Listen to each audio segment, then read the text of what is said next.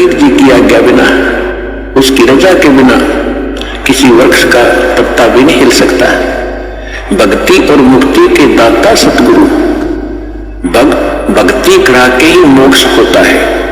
जब हमें सत भक्ति प्राप्त होगी तभी हम मुक्ति पाएंगे, और वो सतगुरु ही दे सकता है। सतगुरु परमात्मा ही होता है, या फिर उस परमात्मा का कृपा पात्र हो सकता है जिसमें जो ज्ञान उसी परमेश्वर से जो सतगुरु रूप में आए हुए होते हैं, वो फिर आगे उसी के ज्ञान को प्रचार करता है।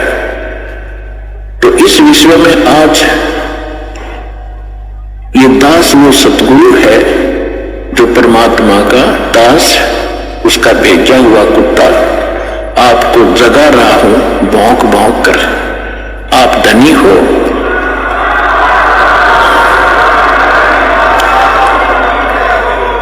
आप धनी हो, पिछले जन्म जन्मांतर के धनों बहुत है आपके पास, पुण्य धन। परमात्मा का भक्ति धन आपके पास बहुत ज्यादा है, और आप गफलत में सो रहे हो, चोर चोरी कर रहे हैं। वो कौन सी चोरी कर रहे हैं? आपको कहीं शराब पिलाकर ये मन और ये काल उस काल का एजेंट है। ये आपको ना जाने कहां सांग सिनेमा में ले जा करके वहां आपका समय व्यर्थ कराता है, और कहीं इधर झूठी भक्ति करवा के आपकी भक्ति धन का नाश करवाता है। किसी को आशीर्वाद देते हो, किसी को बद्दुआ देते हो, तो ये आपके भक्ति धन की चोरी हो रही थी। अब ये दास आपको भौंक रहा है गली गली में। पहले गांव गांव में गली गली में गए, प्रचार ज्यादा बढ़ गया तो फिर परमात्मा की वही आवाज इस दास के, उसके कुत्ते की सीडी डीवीडी मेमोरी कार्ड बना के आप तक पहुंचाया। आप जाग गए, जो जग गए उनका चोर भाग गए, और जो अभी सोए पड़े हैं उनका चोर चोरी कर रहे हैं, उनको भी हमारा उद्देश्य है जगाएंगे, बार बार आवाज लगाएंगे। कभी तो कुंभकर्ण की नींद को त्यागेंगे, भक्ति में लागेंगे। वो भी आपके भाई बहन हैं जो अभी पिछड़े हुए हैं, उनको भी जगाना है। तो आज जो सतगुरु, भक्ति मुक्ति के दाता सतगुरु और भटकत प्राणी फिरंदा, उस साहिब के हुक्म बिना नहीं तरवर बात ही करता। वही परमात्मा स्वयं ही अपने उस सुख स्थान को त्याग कर इस सबसे घटिया स्थान काल के लोक में आता है।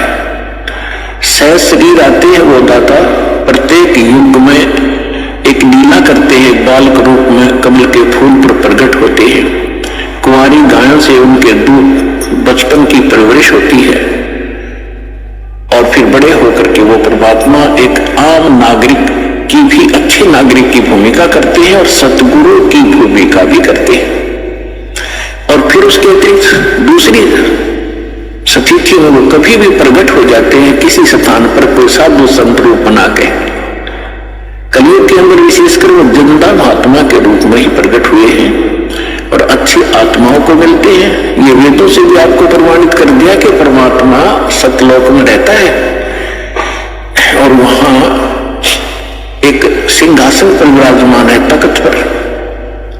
असंग ब्रह्मांड के कंट्रोलर के तख्त यानी सिंहासन पर, राजगद्दी पर मालिक बैठे हैं। वो महाराज हैं, वो भगवान हैं।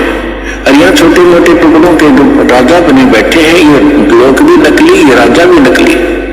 इनका अपना अस्तित्व नहीं, कब मर जाए, कब इनका विनाश हो जाए, कहाँ क्या बीमारी हो जाए।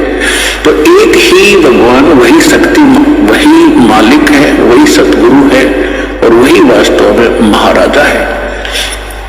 तो महाराजा की तरह परमात्मा सतलोक में विराजमान है। तो वो परमात्मा यहां जब आते हैं, एक अच्छे नागरिक का रोल भी करते हैं, सतगुरु का रोल भी करते हैं, भूमिका करते हैं वो। और दूसरी स्थिति में वो परमात्मा अच्छी आत्माओं को मिलते हैं, वहां से सहशरीर आते हैं जिंदा महात्मा के रूप में। सबको अच्छी आत्माओं को मिलते हैं, उनको अपने से परिचित कराते हैं, पुण्यात्माएं भी परमात्मा की महिमा आंखों देखकर आपको सुनाते हैं। लेकिन सबसे बड़ी हमारे अंदर कमी रही, जो हम परमात्मा को नहीं पहचान सके, ना उन महापुरुषों की उन वाणी को हम समझ सके जिन्होंने अपने अमृत वाणी में एफिडेविट देकर गए, वो भगवान के विटनेस बने, गवाह बने। हम नहीं समझ सके क्योंकि हम अशिक्षित थे। हमारे पूर्वज जो थे वो श्रद्धालु बने थे, विश्वासी बहुत थे, क्योंकि जो आत्मा अच्छी होती है वो विश्वास प्रत्येक पर कर लेती है। और परमात्मा ने आपको शिक्षा इसलिए नहीं दी पहले समय में, ये शिक्षा हमारी सबसे दुश्मन है। यदि हम शिक्षा प्राप्त करके परमात्मा की खोज नहीं करते हैं तो यह शिक्षा व्यर्थ है। इस शिक्षा ने हमें अहंकारी बना दिया और मर्यादाहीन बना दिया, माया का अधीन बना दिया। माया ही जोड़ना एक उद्देश्य मान लिया। कोई भी बच्चा शिक्षा ग्रहण करने के लिए घर से चलता है, उसका उद्देश्य यही होता है, बड़ा अफसर बनूं, घनी कमाई करूं, 2 नंबर की घनी करूं। वो कौन सी ट्रेनिंग है जिसमें तनख्वाह से अतिरिक्त और मिलती है, रिश्वत घनी। IAS बनूं, IPS बनूं, मंत्री बनूं, MLA बनूं, मुख्यमंत्री बनूं, घने माया जोड़ूं। तो क्या मनुष्य उनका यही काम था? ये कार्य तो गोबर का भूंड करता, गोबर का भूंड। अगर हमने यही काम के लिए मनुष्य जीवन पाया है तो गोबर का भूंड कैसा होता है? खेतों में पशु गोबर करते हैं और उसको भूंड होते हैं, छोटे छोटे जीव होते हैं, और वो क्या करते हैं, उस गोबर को निकालते हैं, उसमें से उसके गोले बनाते हैं, गोले छोटे छोटे, और उसको धका के उसको रोल करके अपने बिल में भर लेते हैं। उस बिल को गहरा बनाते रहते हैं मिट्टी से खोद खोद के, और उसको गोबर को ठोक लेते हैं गरोले बना बना के, वो गोबर खाते हैं। तो वो व्यक्ति, वो प्राणी वही होते हैं जो मनुष्य जीवन में माया जोड़ जोड़ जोड़ जोड़ कर बैंक भर ले, कोठी बना दे, बंगले बना ले। फिर वो क्या करते हैं, वो हमने देखा कई बार। हम क्योंकि दास का जन्म किसान परिवार में हुआ, खेतों में जाना पड़ता था, पाली भी गए कई बार पशुओं को साथ के साथ। तो दोनों पति पत्नी भूंड गोबर को इकट्ठा करते हैं, अच्छा मोटा गोला बनाकर उसका, और फिर उसको दोनों धका कर ले जाते हैं, एक आगे से एक पीछे से, और मंडे रहे थे वो पूरा ना खत्म कर ले, कहीं और ना ले जा और कम पड़ जाए। और कभी कभी भैंस या गाय के पैर के नीचे आकर वो दोनों ही मर जाते थे, वो गोबर धरा धरा रह जाता, इकट्ठा करा करा बिल में। तो यदि हम मनुष्य जीवन पाकर भी इससे काम लगे हैं, ये मंत्रियों के आप सुनते हो कि क्या इनके कैसी लीलाएं आप सुन रहे हो, किसी पर इतने घोटाले का आरोप है, किसी ने इतने पैसे इकट्ठे कर लिए, और ऐसे ये मंत्री, मुख्यमंत्री, प्रधानमंत्री कोई हेलीकॉप्टर के उससे दुर्घटना से मर गए, कोई बीमारी से, कोई किसी और हादसे में मारे गए। वो गोबर जो इकट्ठा कराया था सारे जीवन में, वो धन वो यही रह गया, कोई न जाने कौन बरतेगा। और वो भाई की तक गधा बनकर जिस जिससे वो पैसे ले रखे थे सबके पूरे करेगा, रोएगा असंग जन्मों तक। तुमने उस दरगाह का मैल नहीं देखा और धर्मराज के तिल तिल का लेखा। तो इसलिए परमात्मा यहाँ आकर के हमें जगाते हैं, समझाते हैं कि भोली आत्मा, यदि परमात्मा की भक्ति नहीं करते हो और बाकी तुम ये इसी काम लगे हुए हो, तो ये मनुष्य जीवन वाला काम नहीं कर रहे, गोबर के भूंड का काम कर रहे हो।